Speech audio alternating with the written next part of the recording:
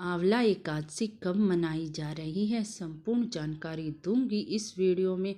आपको व्रत 20 मार्च को रखना है या 21 मार्च को, विस्तार से बताऊंगी। जय माता दी सभी को, राधे राधे। आप सभी को पता है कि फागुन मास लग गया है और फागुन मास की शुक्ल पक्ष में जो एकादशी आती है उसे आंवला एकादशी के नाम से जाना जाता है।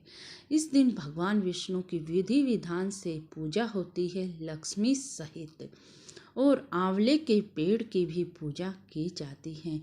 जो इस दिन आंवले के पेड़ की पूजा करता है और भगवान विष्णु और माता लक्ष्मी उससे बड़े ही प्रसन्न हो जाते हैं और उसके घर में अन्न धन के भंडार भर जाते हैं।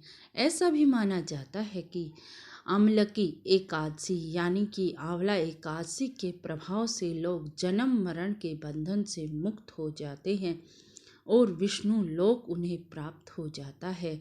पुराणों के अनुसार आंवला एकादशी का व्रत करना 1000 गोदान करने के पुण्य के फल के बराबर ही माना जाता है जी। इसके साथ माँ लक्ष्मी की कृपा भी बनी रहती है जो आंवला एकादशी का व्रत करता है। अब मैं आपको व्रत का शुभ मुहूर्त बता देती हूँ। पहले तो मैं आपका ये कन्फ्यूजन दूर कर देती हूँ कि व्रत आपको 20 मार्च को रखना है या 21 मार्च को। देखो जी, वृंदावन में बांके बिहारी मंदिर यानी कि अनेक स्थानों पर 20 मार्च को ही व्रत रखा जा रहा है, लेकिन वैष्णव का जो व्रत होता है वो हम 21 मार्च को रखेंगे। अगर आप 20 मार्च को व्रत रखते हो एकादशी का तो आपको एक व्रत का फल मिलेगा।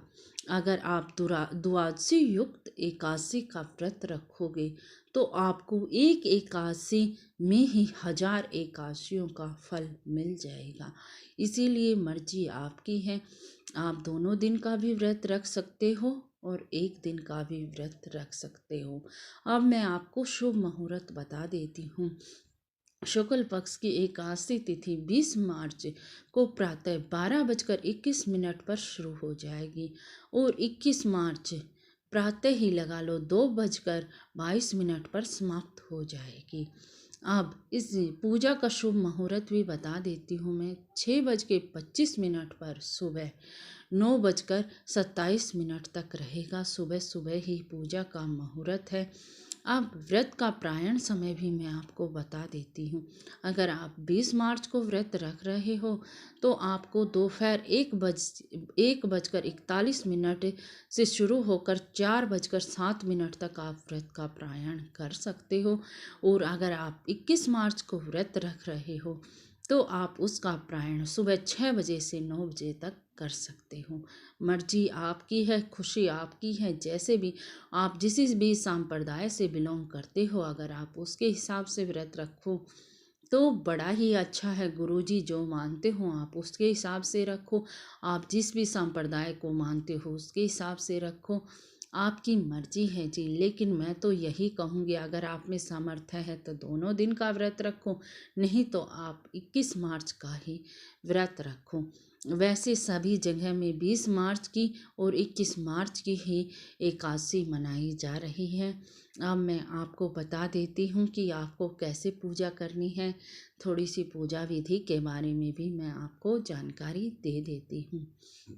आपको एकादशी के दिन सुबह जल्दी ब्रह्म मुहूर्त में उठ जाना है और स्नान कर लेना है। साफ सुथरे वस्त्र धारण कर लेने हैं। इसके बाद आपको मंदिर में जाना है। अपने घर के आपके पास जो भी श्री विग्रह है उसे पंचामृत से स्नान कराना है। विधि विधान से उसकी पूजा करनी है। चाहे आपके पास लड्डू गोपाल हैं, चाहे आपके पास विष्णु भगवान महालक्ष्मी हैं, जो भी स्त्री विग्रह है जिसका भी आप पूजन करते हैं आप उसका विधि विधान से पूजा कीजिए। आंवले की एकादशी पर भगवान विष्णु को आंवले का भोग जरूर ही लगाइए। अगर आपके घर में लड्डू गोपाल हैं उनको भी आंवले का भोग लगाइए। इसके बाद आप पास के किसी मंदिर में या आपके घर में ही आंवले का वृक्ष हो उसके पास दीपक जलाइए, विधि विधान से पूजा कीजिए उसकी। आप आंवले की पूजा करने का बड़ा ही महत्व है। आंवला एकादशी पर आप आंवले के नीचे ही विष्णु भगवान और महालक्ष्मी का भी पूजन करोगे तो बड़ा ही शुभ माना जाएगा। इस दिन आप आंवला ग्रहण जरूर कीजिए। आप आंवले का उपटन लगाइए, आंवले से स्नान कीजिए, आंवले का रस डालकर जितना भी प्रयोग हो सके आप आंवले का जरूर से भी जरूर कीजिए। आंवले के वृक्ष की परिक्रमा कीजिए, आपकी श्रद्धा है जितनी भी कर सकें। आंवले के वृक्ष के पास शाम को दीपदान कीजिए, तुलसी के पास दीपदान कीजिए, जितना हो सके आप गरीबों को दान दीजिए जी। एकादशी का बड़ा पावन पर्व आ गया है और यह एकादशी बड़ी एकादशी मानी जाती है। अगर किसी को व्रत भी उठाना हो तो आप आंवले की एकादशी के से व्रत शुरू कर सकते हैं एकादशी के, क्योंकि हमारे सनातन धर्म में एकादशी का बड़ा ही महत्व है। एकादशी का जो भी व्रत रखता है उसे मोक्ष धाम की प्राप्ति हो जाती है। अगर आपको जानकारी अच्छी लगी हो तो चैनल को सब्सक्राइब कर लेना। और चलती हूँ जी, जय माता दी, राधे राधे।